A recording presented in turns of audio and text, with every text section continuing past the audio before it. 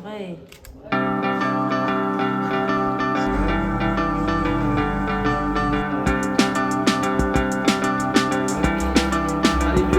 You say I'm always getting mad, I'm always such a drag, but I'm not like that. I know that I'm too hard to find. Our travel to Cambodia started here, on a big red bus in Thailand. Good morning. Good morning, ladies and gentlemen. My name is Chantalika, or you can call me Buddy.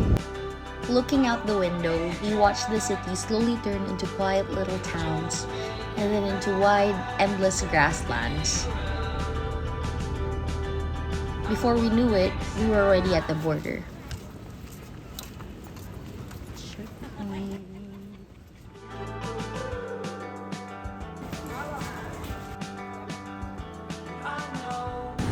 Now in Cambodia!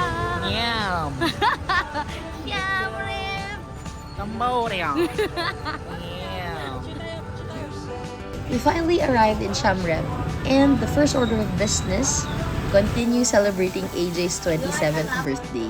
Yes, birthday niya pa rin. Like, whatever. What?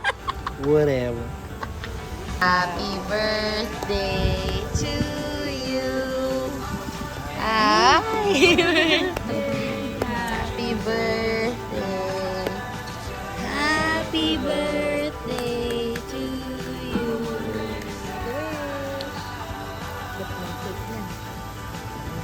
Yay! Happy birthday! Happy birthday! Ano to?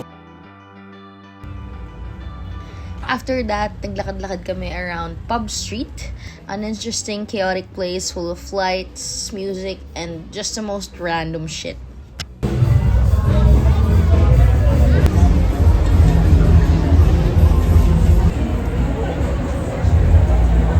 This place is pretty chill if you compare it to Thailand's Khao San Road.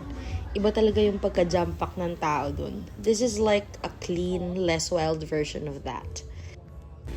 Medyo chill lang tong gabing to because we knew the next day we had to be up very, very early.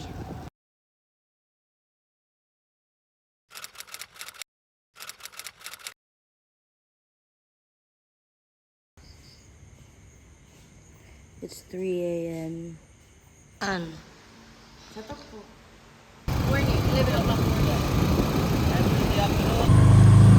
Good morning! Happy campers! That was built by the King Surya Varman II. And from the north to south, 1.6 kilometers. So, bakit nga bang aga namin? And why are we walking in the dark? Well, it was because we wanted to see sana the sunrise here at Angkor Wat. But shit happens and it was a cloudy day. A sleepy boy. Meow. But hey, it's okay. Still, even without the golden light, Angkor Wat was breathtaking. There's just something magical about being here. Quiet, ancient, and alive with history.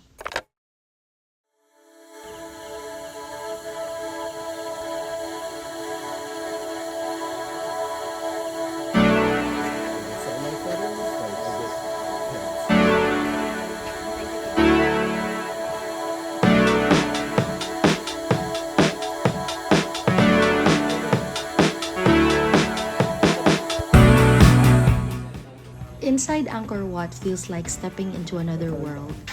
The moment you walk through the entrance, everything gets quiet. Parang you can really feel how old this place is. Massive stone hallways stretch out in every direction, covered in carvings that go on forever. The walls are filled with stories. Battles, gods, dancers, myths, all carved by hand hundreds of years ago. And then there are these long corridors with pillars on both sides where the light hits the stone just right. Ganda. Like, imagine people walking through here hundreds of years ago. Wild. Every corner leads to another chamber or courtyard, each one making you feel smaller and smaller in a good way. It feels like the whole place is holding centuries of stories. There's always something so special about allowing yourself to be part of the world around you, even if it's very different from your daily life. Ate Qatar and I got a blessing and a fortune of some sorts from a monk. He has this really old book that we held above our heads, and then we pointed the stick at a page.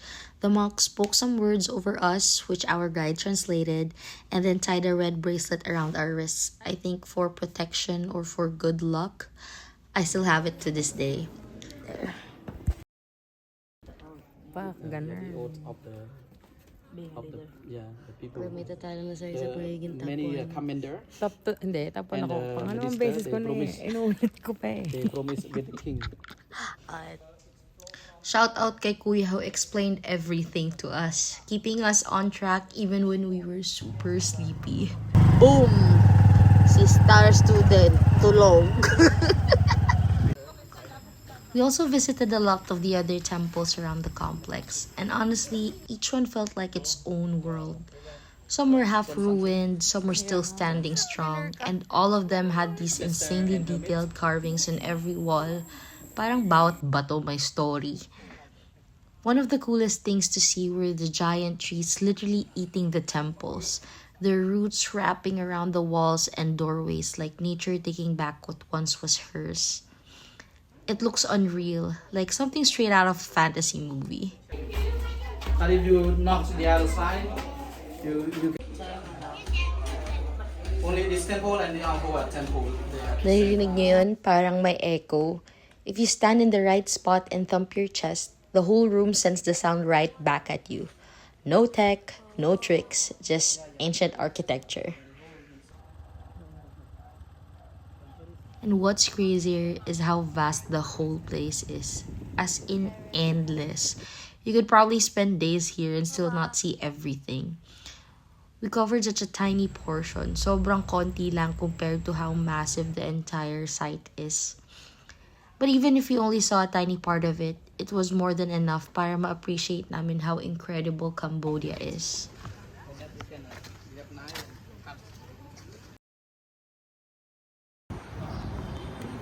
Alright. We're now looking for food places in Phnom Bakit ganyan? Gremlin ka ba, pre? Ang dapat ba ganyan? Alright. Ay, Dito parang po flight tayo. attendant ka pa naman. Tapos parang ganyan. Kompleto tulog ni Bossing. Maaga nagsasalita.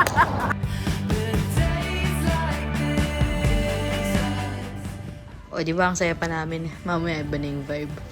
So, we're here in Phnom Penh, and in this leg of the trip, we visited two of the most important but medyo heavy places in Cambodia's history. The Killing Fields and the Tuol Sleng Genocide Museum. Yeah, it's about to get real.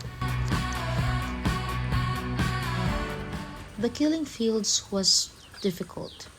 It's one of the sites where thousands of people were killed during the Khmer Rouge regime.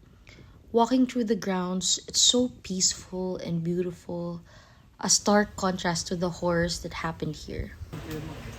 Meron silang audio guide dito, and through the headset, maririnig mo yung mga stories nila.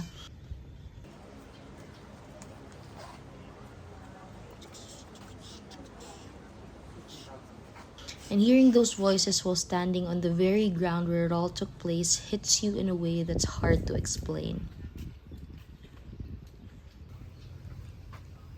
We saw actual clothes and remains from victims. We saw the actual tree that was witness to the unimaginable violence even against children. And actual skulls. In fact, a building full of them. A memorial for those who lost their lives. Then we went to Tuol Sleng. School siya na ginawang kulungan and torture facility. Pag nakita mo yung classrooms, yung pictures, yung records, sobrang overwhelming. Makikita mo bloodstains on the floors, and you're confronted with how many people suffered here and how recent this all was. Visiting these places wasn't really fun, and it's not your typical touristy activity. But I think it's something everyone should do. It gives you a deeper understanding of Cambodia's past and an even greater respect for the strength of its people. Here, they choose not to forget. These places exist as reminders so that history never repeats itself. Naisip ko yung Pilipinas, if we had something like this to preserve our own painful history, would things be different?